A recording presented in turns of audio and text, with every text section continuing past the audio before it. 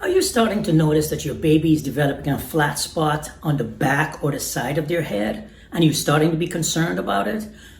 First of all, you're not alone, but don't worry. In today's video, I'm going to share with you 5 simple and effective techniques that you can use to help to prevent flathead syndrome or plagiocephaly, which is the correct name, starting today.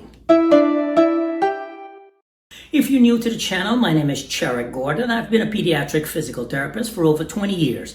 I help parents like you support your baby's healthy development.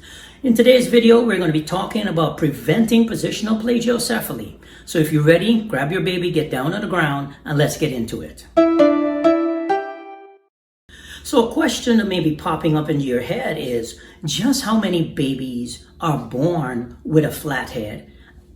And the answer to that question is quite simple. According to the American Academy of Pediatrics, approximately 20 to 30% of all live births are born with some sort of a head deformation, or a plagiocephaly, or flathead syndrome as it's called. And most of these correct on their own.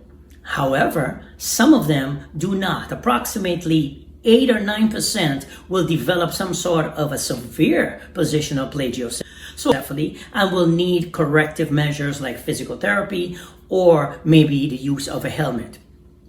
So this is something you want to pay attention to, and you want to be careful to make sure that if you have an opportunity to avoid your baby developing a plagiocephaly, then you definitely want to take the steps and make sure you're doing all that you can possibly do to prevent flathead syndrome.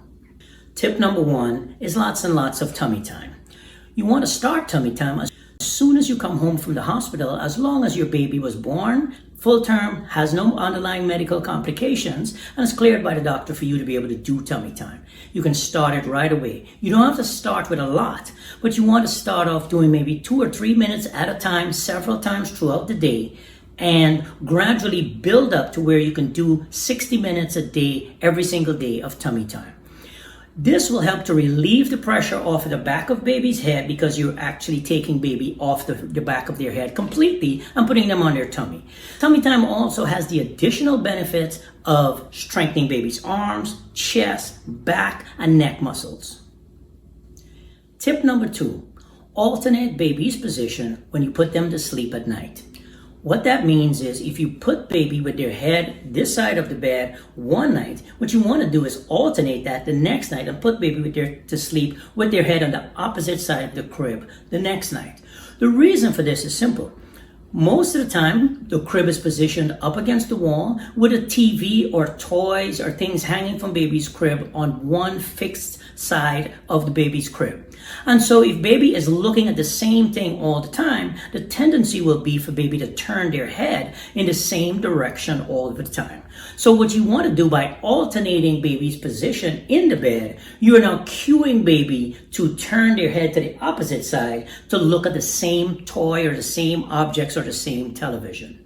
So that's the first tip, is to just alternate baby's position when you put baby to bed. Put their head on one side one night and then flip them on the other side the next night. Put their head towards the opposite end of their crib. Tip number 3 is to limit the amount of time that your baby spends in a container. What is a baby container, you ask? That's a fantastic question. A baby container is anything that you use to contain your baby.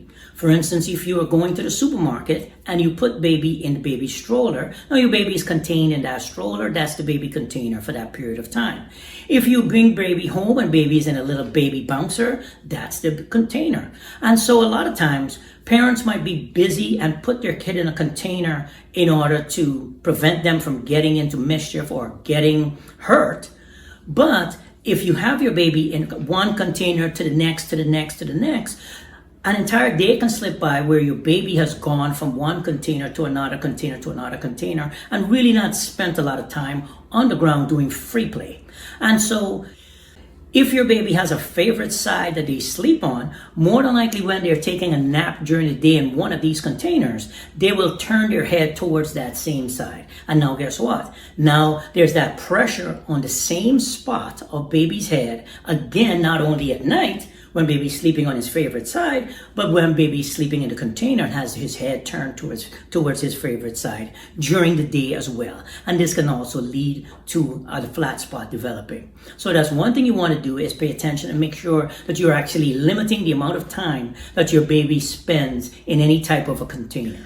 Tip number 4, from the time your baby is able to track toys, you should be moving a toy side to side so that your baby tracks the toy with their eyes. Eventually, at around the 6 to 8 week mark, your baby will be able to actually rotate their head from side to side while they are tracking a toy. And you can use this as motivation to get baby to turn their head to both sides.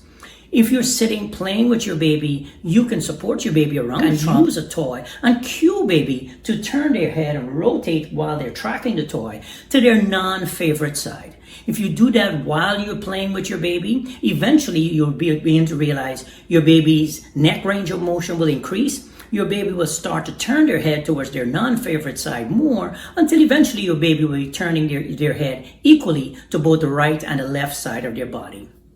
The 5th tip is for you to wear your baby at some point during the day in a harness where baby is up, their head is upright, so now baby has to hold their head upright, and baby is able to freely turn their head and look around while engaging with you. The baby wearing harnesses are a fantastic way to get your baby off their back, get your baby out of a container, and get your baby to actually hold their own head up, be responsible for their own head control, build some neck strength, build some arm and shoulder strength, and actually start to move and turn their head as your baby is looking, as you're moving around the house, doing your chores, cooking, doing whatever you need to do.